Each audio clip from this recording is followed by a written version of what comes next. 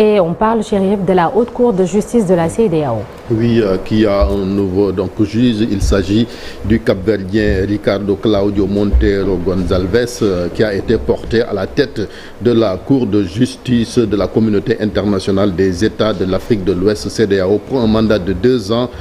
Donc le magistrat cap-verdien a été désigné par un collège de 5 juges en remplacement du Ghanéen Edouard Maoko Assante, qui a dirigé la Cour pendant 6 ans, a indiqué la division de la communication de cette juridiction communautaire. Le collège de ces 5 juges a en même temps procédé à la désignation du juge sierra-léonais Mohamed Koroma, vice-président de la Cour de justice de la CEDEAO.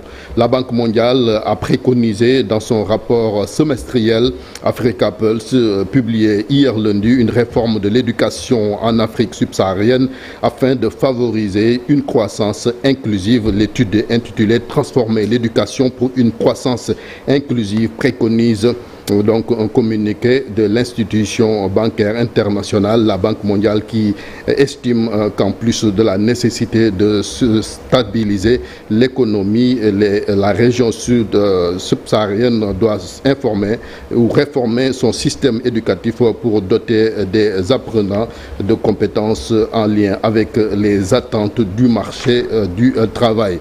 Et puis ce communiqué, c'est en RDC, la République démocratique du Congo, la Cour pénale internationale qui annonce la réactivation de ces enquêtes en République démocratique du Congo. Cette décision fait suite à une visite à La Haye du vice-ministre congolais de la Justice la semaine dernière. Depuis 2004, 7 responsables congolais ont déjà fait l'objet d'un mandat d'arrêt international de la CPI.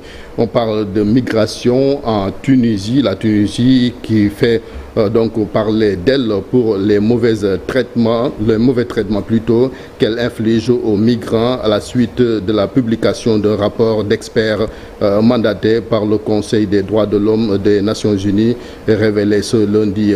Hier, donc, le texte dénonce les violations envers les migrants qui perdurent dans ce pays. Migration toujours, avec la Commission européenne qui va proposer une nouvelle législation pour favoriser les expulsions de migrants en situation irrégulière, a annoncé hier la présidente de cette institution. La Commission présentera une nouvelle proposition de législation avec des obligations claires de coopération avec les personnes renvoyées et la volonté de rationaliser efficacement le processus de retour, a-t-elle dit. Human Rights Watch, on est au Rwanda, qui a publié un rapport accablant sur la situation des prisonniers. Donc on parle de cas de traitement, de mauvais traitement des détenus. L'ONG qui a publié ce rapport donc a invité les autorités rwandaises à rectifier le tir. On termine avec ce conflit au Proche-Orient. Le premier ministre israélien Benjamin Netanyahou a affirmé hier lundi